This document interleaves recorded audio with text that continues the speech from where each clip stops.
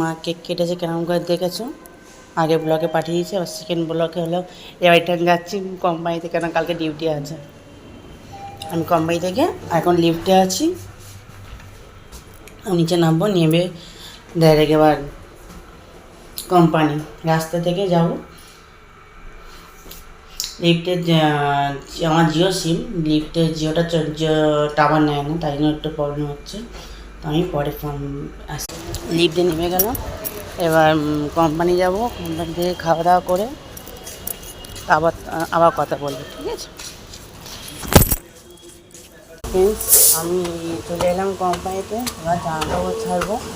জামা কাপড় ছেড়ে তোমার সাথে সবার সাথে গল্প করবো, ঠিক আছে। কী হলো না হলো, কোথায় কী হলো, বাইরে মা অবাক হয়ে গেছিলো যে মা, ঠিক আছে।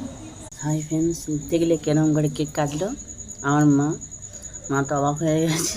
মা তো বলছে যে হুট করে কেকটা নিয়ে এলি, আমার কিছু বললি না, ক টাকা নিল কেরম জানি, মা কিছু জানতাম না, চুপচাপ কেকটা কেটে যাও।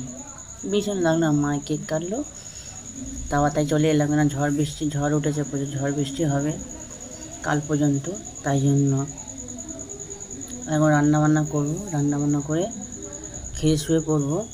চলে এসেছি কোম্পানিতে, একটু আগে কোম্পানি ঢুকলাম। যদি আমার ভিডিও যদি ভালো লাগে তোমাদের, লাইক কমেন্ট করো, আর বেল লাইনটা টিপে দিও প্লিজ। তোমাদের জন্য আমি অনেক কষ্ট করছি, এবার আমার জন্য একটু কষ্ট করো। ওকে, বাই, গুড নাইট।